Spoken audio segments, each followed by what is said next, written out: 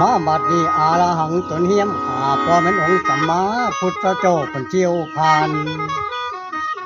อาดวงภาษาจารย์ย่ำมือมนสาดแล้วคงจงเมื่อหลังจับขันไปแต่ละศาสตร์ละครั้งคือดังโพธิสัตว์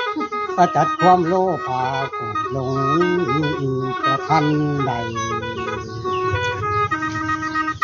แล้วพอกุศลปัจจัยไทยทานมันน้อยมาละมีเพียรยอม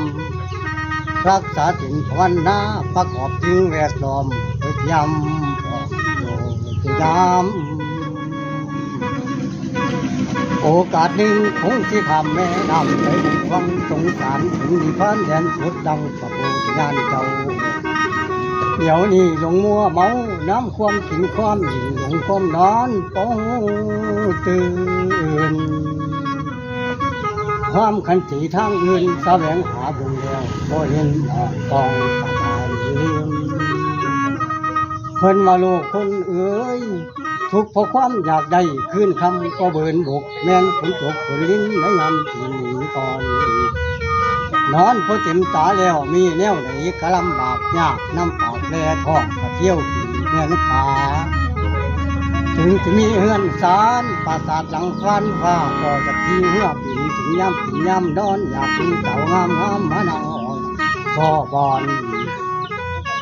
ถึงย่ำหลับย่ำนอนก็อยากมีคนเป่าไปแล้วเอาไปเผายากแม่นผู้อยู่บ้านหาเงินสั่งก็กุศลเพิ่นว่าโลกคนเอ๋ยคิดไปมาแห่งบนคิดมาเบื่อโลกาเที่ยวเวียนไปเวียนมาดังหมดแห่งมันเวียนในยามนี้ทรงประไทยมาแล้วกำลังใจก็หดหูหักหรือไทยมาดูคิดทางคาราบาสั่งมีเมียสอนคนใจเยี่ยมในมือนี่ไปทำให้ได้ปรึกษาแม่มันด่าอยู่กันเสียเวลามันเคลื่อนข่าวไปเรื่อยเพิ่นว่าเดือน11 12หัวลมหนาวหนาวมาอยากมีผู้จะมีบ่สาวขาผู้สาวไทยไก่แก้วพี่สนใจอ้ายหมอนางใส่เลิง